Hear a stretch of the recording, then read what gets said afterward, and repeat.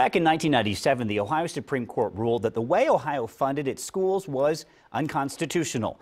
And today, a report was released that says little has changed since then. Ohio State House newsroom reporter Jason Aubrey looks at the difference in how much poor districts get compared to wealthy ones.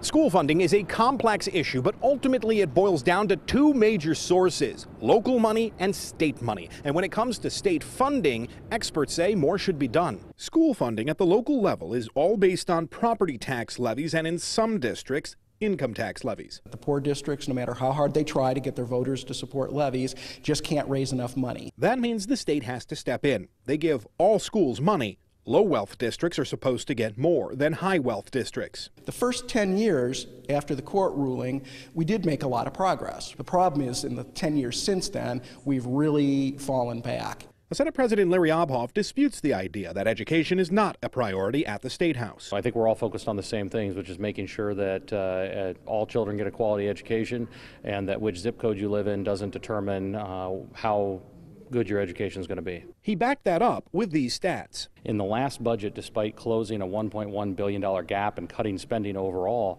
we increased funding to the schools by about $200 million, maybe a little bit more than that.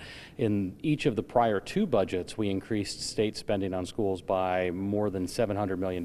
If we just make this about the money and we don't worry about making sure every kid gets a quality education, then we will have not lived up to what that decision was supposed to mean. And I think that's the bottom line. It's not just more money, it's making sure that that money actually makes a difference. Fleeter says there is a significant achievement gap between low and high income kids that is mirrored by the significant disparities between low wealth and high wealth places.